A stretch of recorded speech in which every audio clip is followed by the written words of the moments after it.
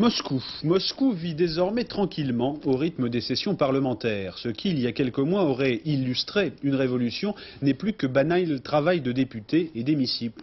Qu'on ne s'y trompe pas, Lénine pourrait être inquiet. L'URSS est désormais dotée d'un régime présidentiel fort, à la mesure de Gorbatchev, et le Parti communiste a perdu sa place. Antenne 2 à Moscou, avec Gérard Beaufils et Christian Autain. C'est ici, derrière ces murs au Kremlin, que s'est décidé aujourd'hui l'avenir constitutionnel de l'Union soviétique. Au deuxième jour du Congrès des députés du peuple, dans ce bâtiment ultramoderne où se déroulent les débats, les représentants des républiques ont approuvé les projets de réforme proposés par l'actuel chef de l'État et d'abord l'abandon du rôle dirigeant du Parti communiste.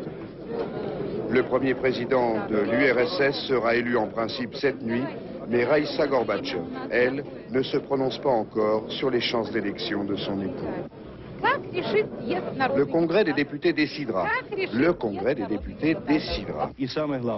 S'il ne s'agit pas d'un plébiscite pour le numéro 1 soviétique, puisqu'un candidat pour la forme pourrait bien lui être opposé, il est peu probable d'imaginer que Mikhail Gorbatchev ne soit pas proclamé demain président. Les députés hors séance le considèrent déjà comme le meilleur candidat. Oui. C'est le seul. Je ne dis pas ça n'importe comment. Vous pouvez en croire mon expérience. C'est le bon. Aujourd'hui, nous ne voyons pas d'autre alternative que Gorbatchev. En France, quand le général de Gaulle a pris le pouvoir, tout est rentré dans l'ordre.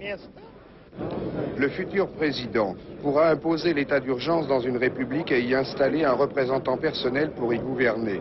La fin de non-recevoir adressée à la Lituanie, avec qui Mikhail Gorbatchev refuse de négocier, augure mal d'un règlement rapide du conflit politique qui oppose aujourd'hui Moscou à la jeune république.